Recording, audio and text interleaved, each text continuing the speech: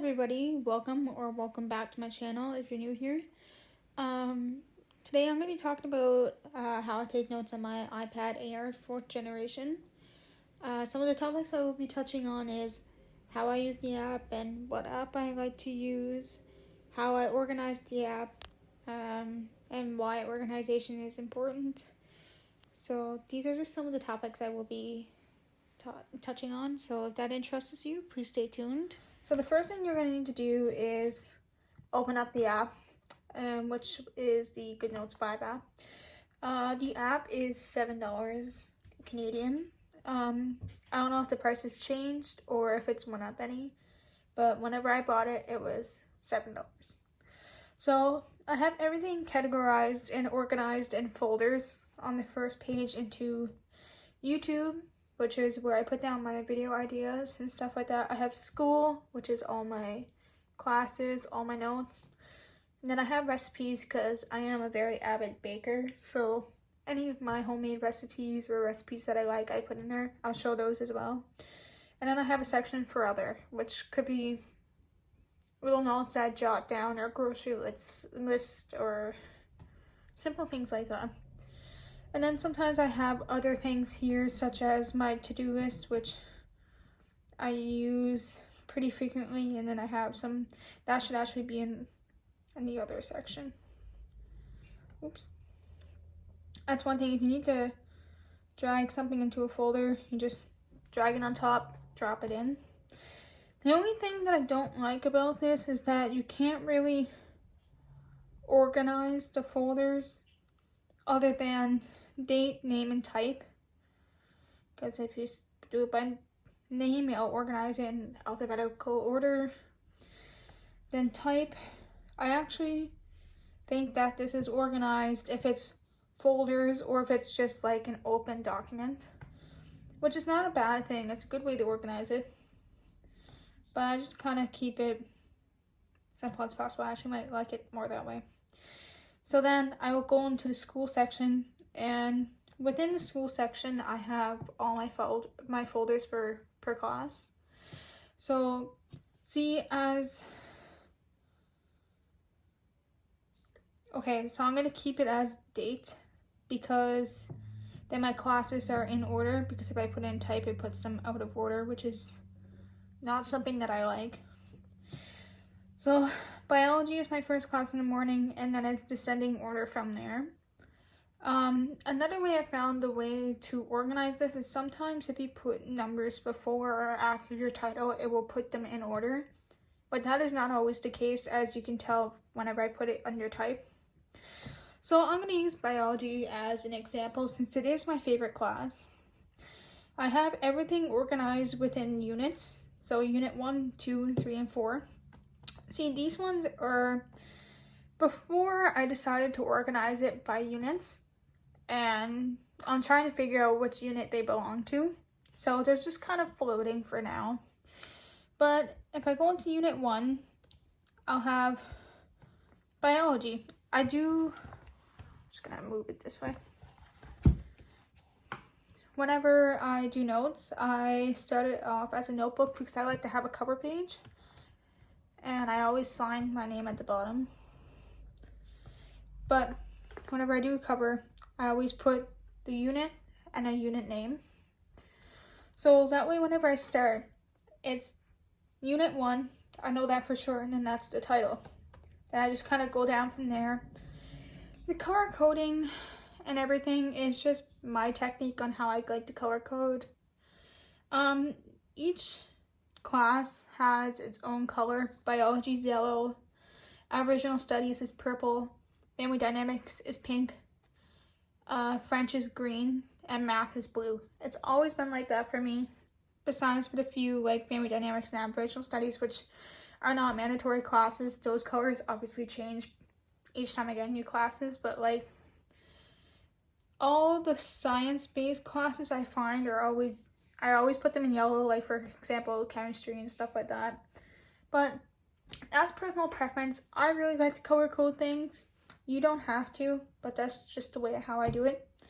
And I find color helps me memorize things. So sometimes whenever I'm doing notes, I put the headings in the color that's related to the topic.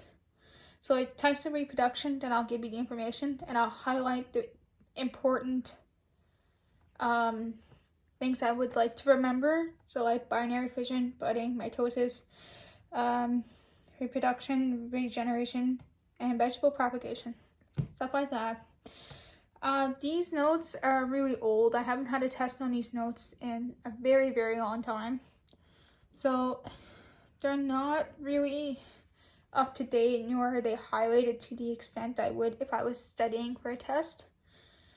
So, but as you can see, like here, you can import photos and you can like show for an example what is what. Because here, a karyotype is this diagram. A trisomy is a homologous 3, and then misomony, blah, blah, blah. Makes sense, and then you can color code down here, such as this and this. Really, it's personal preference, and like the gridding thing, that doesn't come with that. I manually put that in every time because I like the way that looks. It reminds me of loose leaf. But for an example, if we go into family dynamics, I believe it's under unit 3. We had a test not too long ago on this, so I have test notes somewhere. Oh, I have a folder under test review. My teachers always give us a review sheet and they tell us what they want us to study. If your teacher doesn't do that, then you should probably review all your notes. I know that can be a real pain sometimes, but you know, you gotta do what you gotta do to get the good marks, you know what I mean? So what I did here was I did everything she wanted me to do over here, and I numbered them how she numbered them. So number 1 is here. This section is number 1. And what I did here, I highlighted everything that was important. So each paragraph, I find that if you look at a paragraph, there's always going to be 1 or 2 sentences that summarizes the whole paragraph that is important. So for the definition, what is the definition of interpersonal relationships? The thing I highlighted was association between 2 or more people that may range from fleeting to enduring. That is the basic definition. But I could memorize the whole paragraph, and you know, I would still get the same amount of marks if I memorized the whole paragraph or if I just did the small basic definition. So if I forget anything, if I forget this whole paragraph, I know I won't forget the basic definition, and you can always build off of that. I'd go through every single thing, highlight the most important thing for that topic. So like for technology and relationships, she said she only wanted us to remember 2 to 3 things per thing. So in these type of scenarios, I just remember the things that are just come off the top of my head. I know that the pros are relationships are closer and stuff like that. So down here is where it gets a little bit trickier because she wanted us to remember the whole thing. Of course, I'm not going to highlight the whole entire section here. I'm just going to know, okay, she wants us to remember all this. I'm going to work really hard to memorize all this. Same here, same thing. But notes, they're pretty easy. Same with the projects though. Like this one, she wanted us to do a topic on dating violence and how you could prevent it and resources. I gave her all my information that I had, but I was sure to highlight statistics and resources and things that I felt were important, so her eyes were automatically drawn to it. But that's not part of this section today, you know. But notes are generally pretty easy.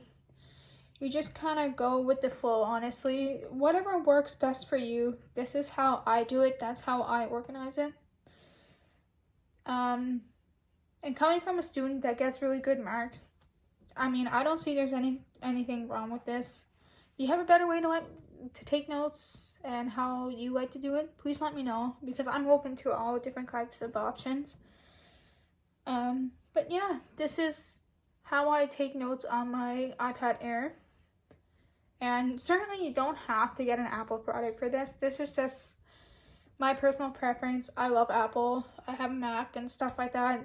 I like it because they all sync together.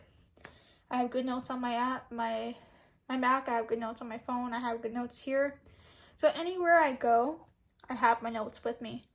So I could be taking the bus or waiting to go to work or somewhere. I could be reading notes off my phone, continuously studying. I'm not saying study yourself to death, but if this is something that you're interested in, I wouldn't say not to do it, but I would say keep in mind that GoodNotes 5 is only compatible with Apple products. So that's one thing to take in consideration. There's other good note-taking apps such as Notion, which I will do a video about later on because I absolutely love that app as well. There's also, what is it called? OneNote. I used OneNote for a little while, but I didn't like how limited it was. But that's personal preference. I mean, it could have been because I didn't spend enough time on the app myself. But this is by far my favorite app and the one I would most recommend. Thank you guys for joining me so much for this video. If there's any topics you guys would like me to touch on, please comment them below. And I'll hopefully see you next time. Bye!